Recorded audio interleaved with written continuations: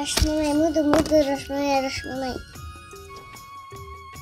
আসসালামু আলাইকুম, শুভ সকাল সবাইকে। সবাই কেমন আছেন? আশা করি সবাই ভালো আছেন, সুস্থ আছেন। আমিও আলহামদুলিল্লাহ আপনাদের দোয়ায় ভালো আছি, সুস্থ আছি। তো সকাল সকাল ঘুম থেকে উঠে সাদিফের জন্য কিছু নাস্তা বানালাম। তো সাদিফ বলতেছে যে প্রথমে আমি ড্রাগন কাটতেছিলাম, ও বলতেছে যে ড্রাগন খাবে।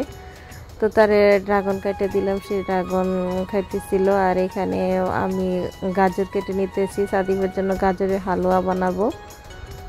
তো আজকে গাজরের হালুয়া বানাবো। তো গাজরের হালুয়া বানানোর জন্য প্রথমে কেটে নিলাম হলো গাজর, তারপরে নিয়ে নেব কিছু খেজুর, কিশমিশ, গাজর, তারপরে আপনার দুধ দিব। আমি আজকে গরুর দুধ দিয়ে বানাবো আর কি গাজরের হালুয়া। তো এগুলা কেটে নিলাম, সবগুলো কেটে নিতেছি।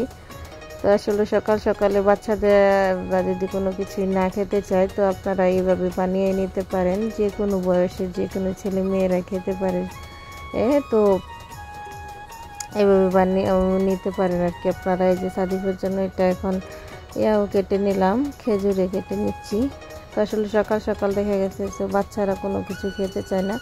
তো জাস্ট একটা ডিম, তারপরে এক দুইটা খেজুর আর এক গ্লাস দুধ দিতে পারলেই যথেষ্ট, আর কিছু লাগে না আসলেই সকাল সকাল। তো এইগুলা দিলেই ভালো আর কি। তো আমি মাঝে মধ্যে সাদিফকে দিই এইভাবে যে গাজরের হালুয়া বানায় দিই আর কি। তো যাদের বাচ্চাদের বয়স 6 মাস, ওরা কিন্তু যে এইভাবে গাজরের হালুয়া বানিয়ে খাওয়াতে পারেন। 6 মাস থেকে 4 বছর পর্যন্ত, 5 বছর পর্যন্ত এইভাবে খাওয়াতে পারেন গাজরের হালুয়া। এই যে গাজরের হালুয়া তৈরি হয়ে গেল। তো সবাই ভালো থাকবেন, সুস্থ থাকবেন। আর আমাদের ভিডিওগুলো কেমন লাগে অবশ্যই জানাবেন কমেন্টের মাধ্যমে। তো সকাল সকাল তৈরি করে নিলাম গাজরের হালুয়া।